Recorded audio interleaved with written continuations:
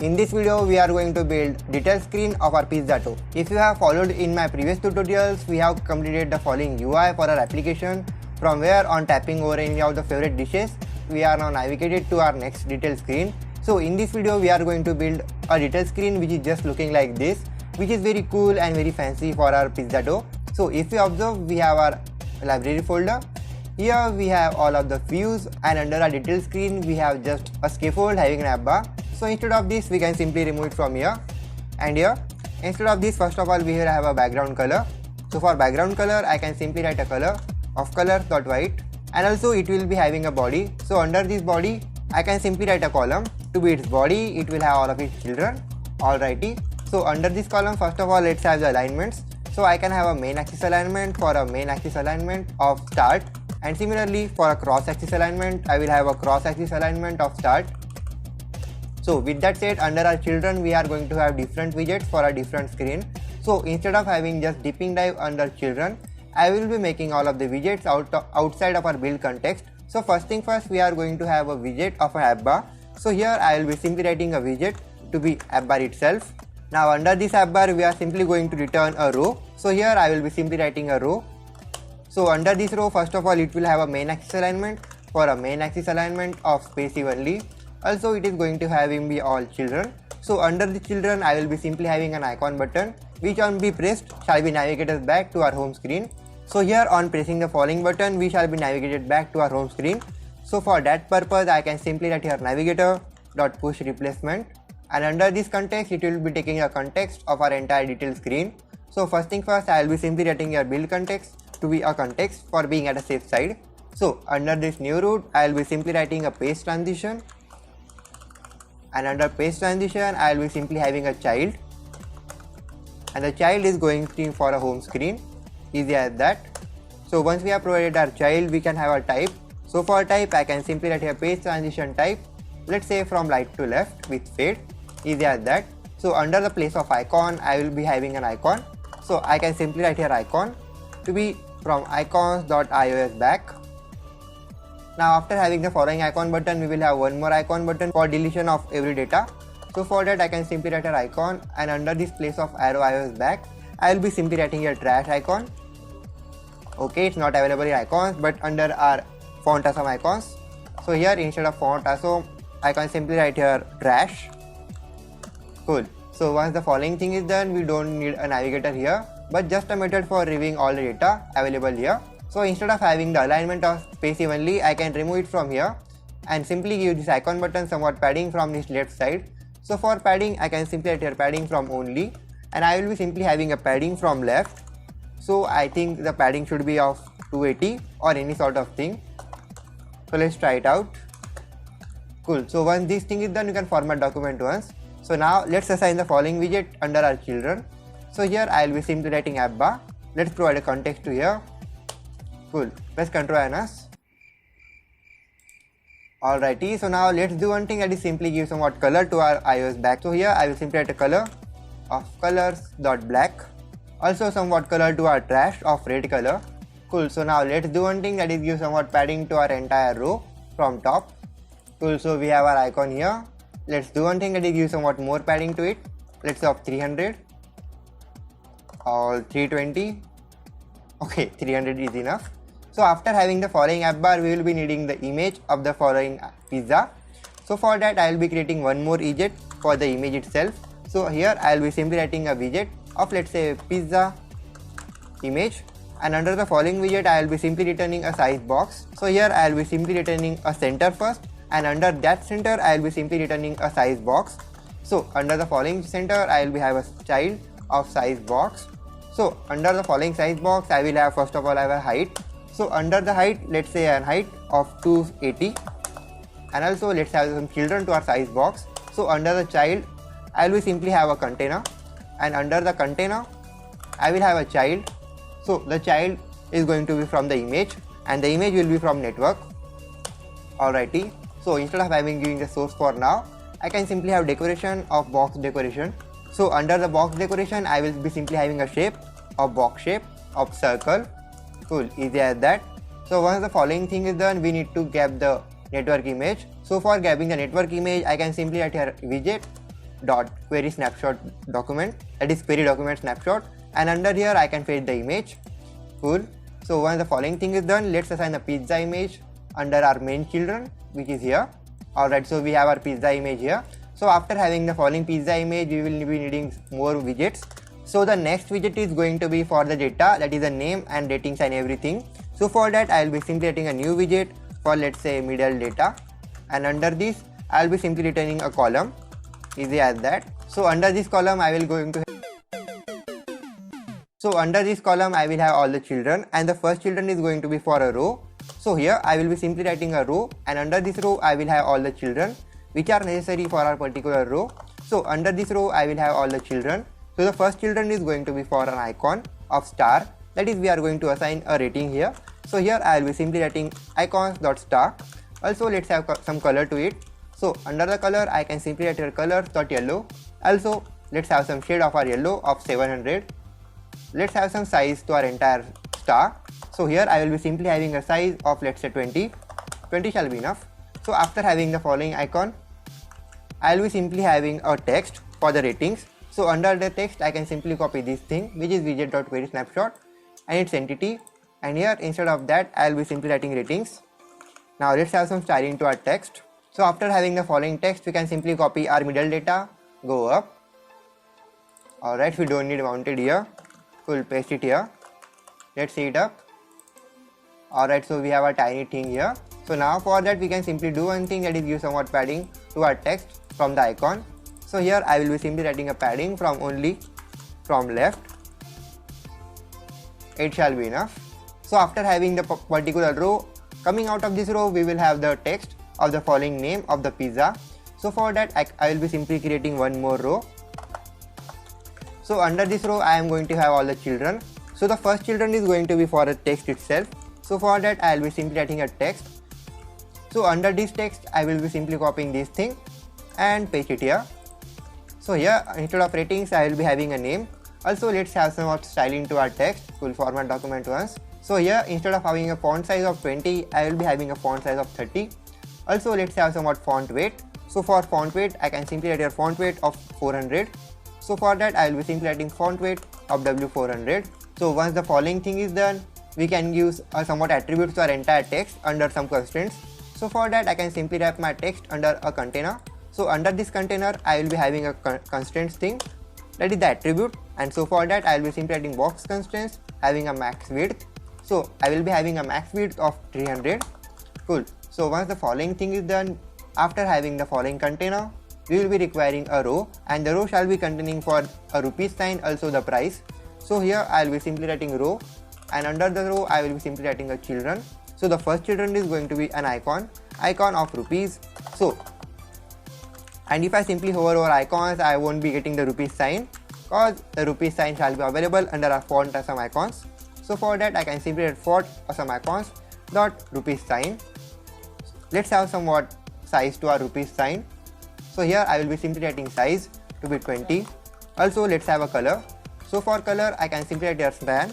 Cool. So after having the following icon, I will have a text. So under this text we can simply grab the following thing from here and paste it here, because we need to save our time. So under the text I will be simply having your price. Now here instead of this I will be having a font weight of bold, also a different color. So instead of this I will have a color of cyan itself. Cool. Let's have some font size less of 22. Alright, so let's make it to string. Cool. So we have our price here. Now let's do one thing, that is give somewhat main axis alignment to our entire row. So for that I can simply write our main axis alignment of space evenly. Alright, so it is spaced evenly. So now we can simply do one thing, that is increase somewhat font size of our name of 36 or 40. It's totally depending on you. Cool. So after having this thing we will be having a certain stack, and the stack is going to be for a stack between all the buttons of large, medium, large, and similarly all the ingredients. But before having that stack, let's do one thing, that is, so after having the following widget of middle data, we are going to have all of the footer details, that is our stack. So for stack I can simply write here widget, and under this widget I can simply write here footer details or any sort of thing as you like. So under the footer details we will be simply returning a stack, but before that I will be simply wrapping my entire stack under a size box. So under this size box, first of all I will have a semicolon, obvious thing. So here under the size box I will be having a height, and I will be having a height of 300, not 3000. So under this child, for a size box I will have a stack. So under this stack, if you observe, we will be requiring all the children, and the child which is going to be at the top of our stack is going to be at the bottom at the initial UI. So under the first stack I will be simply having a container as the first child, and this container is going to be have. So under this container I will have, first of all I have a width of 400, and after this width I will be simply having a child to be a column. So let's have a child to be a column, and under this column first of all I will have all the children. Also let's have some main axis alignments. For a main axis alignment of start, and similarly for a cross axis alignment for a start thing. So after having this, under our following children, first of all I will simply have a text, and the text is going to be for add more stuff. So let's have some more styling. So after having this following child, first of all let's have some more decoration to our container. So under the decoration I will be simply adding a box decoration. So under this box decoration, first of all I will have a box shadow, and under this list first of all I will have a box shadow itself. So under this box shadow I will have a color, and the color is going to be for color of grey. So here I will be simply adding color of grey, having a following shade of 500. Let's have somewhat blur radius and spread radius. Alright, so after having this following box shadow, we are going to having a border radius. So under this border radius I will be simply adding a border radius of circular, and for the radius I will be simply having a radius of 40. Also let's have a color of color.white. So after having this decoration, let's have somewhat height to our entire container of 300. Press Ctrl and S. So now after this thing is done, let's assign a footer details after our entire text. So I can go up under our div stack, and here simply write the following thing. Let's text it up. Alright, so we have our container here. Now to our container, let's do one thing, that is give somewhat padding to our entire container from everywhere. So here to our column we can have padding from top. So here I will be simply writing a padding from only. So here I will be simply having a padding from top. So I will be having a padding from top of 20, and similarly from right and left. So here I will be simply having a padding from right of 20, and similarly from left of 20. Cool. So with that said, let's do one thing, that is you increase somewhat font size of our add more stuff thing. Cool. So after having the stuff of add more stuff, we are going to have a row, and the row shall be containing for all the ingredients about cheese, onion and bacon. So under this row, first of all I will have somewhat main axis alignment of space evenly. So here I will be simply writing main axis alignment of space evenly. Cool. So under our row, first of all I will be simply having a text, and the text shall be going to be for cheese, our first ingredient. So under our cheese, let's have some styling. So under the styling I will be simply having a text style. So under the following text style, first of all I will have a color of colors.gray, and under this gray color I will be simply having a shade of 500. Also let's have some font size of 20. So after having the following text of cheese, we will be simply having one more inherited row, and under this row we are going to have all of our children. So under our children, first of all we will be simply having a button for decreasing the value. So under this button, under this icon, I will be simply having an icon to be an icon from UI icons, and from the UI icons I will have the icon of minus. Cool. So now format document once, and on pressing it nothing shall be happening for now. Cool. So after having this icon button, we are going to have a value for the cheese. So let's go up at the top of our build method and create a new integer value for cheese. So here I will be simply writing cheese value, and the following value shall be default by 0. Let's create somewhat more fields for bacon, and similarly for onion. So once this thing is done, we can come down here. So after having our following icon button, we are going to have a text, and the text shall be for the cheese itself. So for our text I will be having some more style to be a text style. So under this text styling to our text, first of all I will be simply having a font size of 20, and after having the following font size I will be having a color. So for colors I can write a colors.gray, and from this gray I will be simply having a shade of 500. So after this we will be simply having one more icon button, so I can copy this and paste it here. Alright, give a comma here. So under this icon button I will be simply having a plus icon. Cool, which on press does nothing. So we have our thing here. So we can simply do one thing, that is increase somewhat font size of our cheese of 22. So once the following thing is done, we can simply do one thing, that is copy the entire row of the following thing of cheese and its counter. So for that I can simply copy this row from here and paste it twice for onion and bacon. So instead of cheese value, first of all I will have here an onion value, and instead of cheese I will be simply writing here an onion, and also instead of cheese here I will have a bacon, and under the value I can simply write here bacon value. So once the following thing is done, we can simply construct our entire other things, which is about having the following stack. So first of all I will be simply having a floating action button. So here first of all I will have one more widget for the floating action button. So for that I will be simply writing here a widget to be a floating action button, and under the floating action button we can simply return a row, cause the floating action button shall be consisting of two different buttons. So first of all I will have somewhat alignment to our row.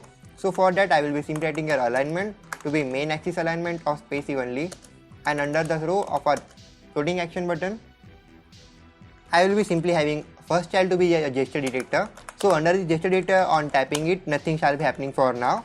So under the gesture detector we will have a container. So under this container, already a container first. So under this container we'll have a child to be a center,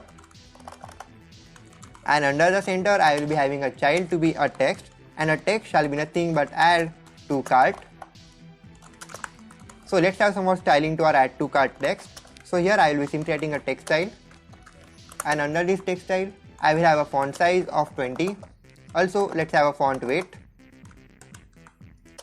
So here I will be simply adding a font weight of 700. I think it shall be enough. So after having the following text, let's have some decoration to our entire container.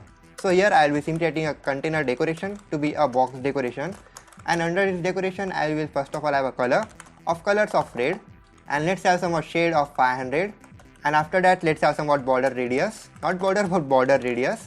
So here I will simply add a border radius to be border radius of circle, and I think 50 shall be enough. Cool. So after having the following container and its decoration, we are going to have somewhat height and width to it. So under this container first of all I will have a width of 250, and also let's try a height of 50. Cool. So here under the floating action button I can simply copy it from here, go at the top of our scaffold, and here instead of a floating action button I can simply provide the value. Alright, so now let's also do one thing, that is simply wrap our entire floating action button for a location. So for floating action button I can simply add a floating action button location for a center float. So with that thing is done, we can simply come down, and here under our row we will have our next entity under our floating action button, which is a floating action button itself for a shopping cart button. So under our floating action button, on pressing it nothing shall be happening for now, the usual stuff. So under our floating action button we will be having a child to be an icon. So under this icon I will be simply having an icon of icons.shopping cart, alright, shopping bag, alright, basket I think. Also let's have some more color to it. So for that I can simply add a color of color.black, press Ctrl and S. So we have our floating action button here. So to our floating action button we can simply do one thing, that is convert our floating action button under a stack, and upon the stack we are going to have a position value about the number of items that are available under our cart. So under a floating action button I can simply refactor it under a stack. So here I will be simply writing a stack. So under this floating action button I can simply remove it from here. So instead of having a child we will have all the children to our stack. So our initial stack child is going to be floating action button itself. So after having this floating action button I can simply write here a widget of position. So under this position first of all we will have a child, and the child is going to be for a circle avatar. So under this circle avatar we will have a child to a text. So here under this text I can write a text of total number of items that are available. So for that I can simply go up, and here after this I will be simply declaring one more variable for our counter. So here I will be simply writing total items, that shall be initially 0. Cool. So with that said we can come down here, and here under our text we will have that item counter of total items. So once the following thing is done, you may observe that the thing is quite big. So for that I can simply go here and have some padding from left. So from left I will be simply having a padding of 35. Alright, let's also do one thing, that is decrease somewhat radius of 10 I guess. Cool, so 10 is cool, and we have our counter thing here. So once both of the floating action buttons are done, we can simply go up here under our footer details, and if you may observe, we have a stack of children. So once the falling stack is ending about the falling padding, we will be having one more stack child. So under this stack child, I will be having a row, and the row shall be containing of all the buttons for medium, large, and what small size? Yeah, small, medium, and large. Cool. So here I will be simply having a main axis alignment to it of space evenly. So once this thing is done, I can simply have a children of a container. So under this container we can have a child to be a text. So here under this text I will have a child of small. Let's have some more styling to it. So here I will be simply adding a text style, and under this text style I will just have a font size of 20. Alright, so once this thing is done, let's have some decoration. So under this decoration I will be having a box decoration. So under this box decoration, first of all I have a color. So on color I will be simply having a color of red accent, and after having the following color I will be having a border of border.all, and under this I will be simply having a color. So the color is of red only. So after border thing is done, we are going to have a border radius. So for border radius I will be simply having a border radius from circular, and from circular I mean only of 10. Cool, so we have our thing here. So for text we can simply give it somewhat padding from everywhere. Cool, so it is now centrally aligned. So after having this container, we can simply wrap our entire container under a gesture detector, so that after tapping on it, a particular size will be selected. So under this I can have an on tap method which will be null for now. So after having this gesture detector, I can simply copy it from here and paste it twice for medium and large size. So here I will be simply writing a large size, and here I will be having a medium size. So once this thing is done, we can simply do one thing, that is by default give them a color of white. So instead of red I will be simply having a color of white, and also a white. Now all of the things is done, we have completed almost everything that we will be requiring under our detail screen. So we can simply do one thing, that is simply go up. So here after pressing this button, we are on navigated back. Now let's try for another pizza for double cheese. So if we go back again and simply check another pizza, all of the values are changing, but you may observe that we have somewhat pixel things to here. So to correct it up, we can simply go down under our header, that is our middle data, and for our text we can simply decrease somewhat font size, let's say 36. Cool, so this thing is done. We can go back and check for other attributes. Cool, so everything is perfectly managed. So I think we should keep it for today this much, because all of the thing is about the UI. And in our next tutorial we are going to assign all the property to is, that is after pressing this button the value will be increasing, after pressing small the following box will be colored, after pressing this delete all the values will be deleted. Also we are going to add all of the following items of pepperoni garlic pizza, else let's say different pizza of tomato bacon, where it is okay of tomato bacon. We are going to add the following thing under our card, and after pressing the following button, that is add to cart, the following value will be changing. So I hope you will be joining me in my next tutorial of making our UI more dynamic.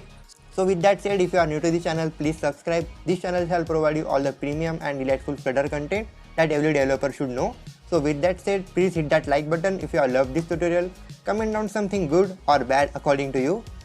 And with that said, you can connect me on my Instagram for further updates of my next video. Till then, I will see you in the next one. Goodbye.